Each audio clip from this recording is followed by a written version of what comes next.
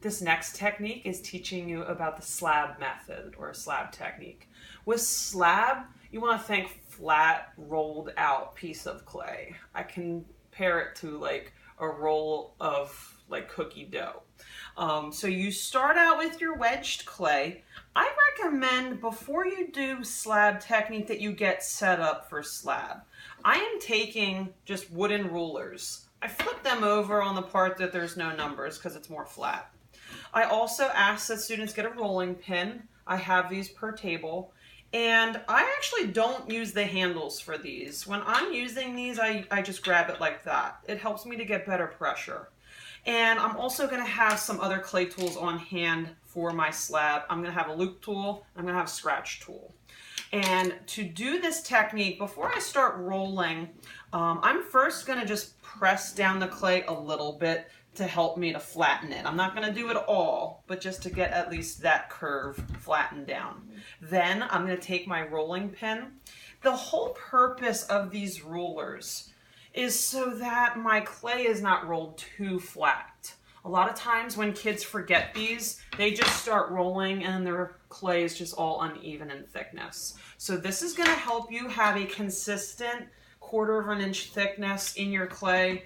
And it's also going to help just to keep it all level.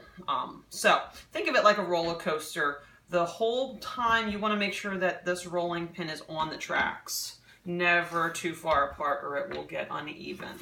So then you just have to start rolling it out. Now I do have a couple of suggestions. Stand when you do this technique because it allows you to get better pressure and it goes faster.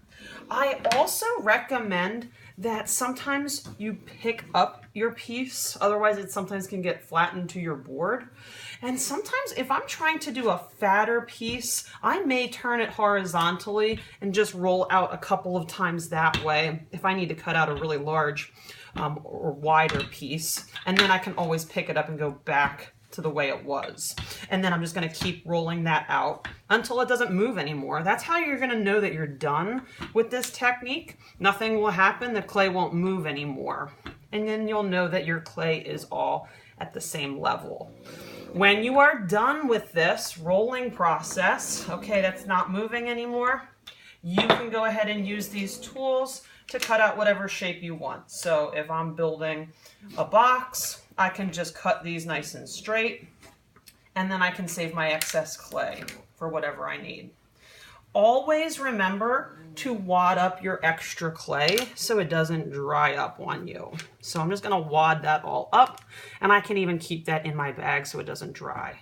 And then I've got a beautiful 1/4 inch thickness, and you can tell that the walls are all the same size. That's what you want to look for.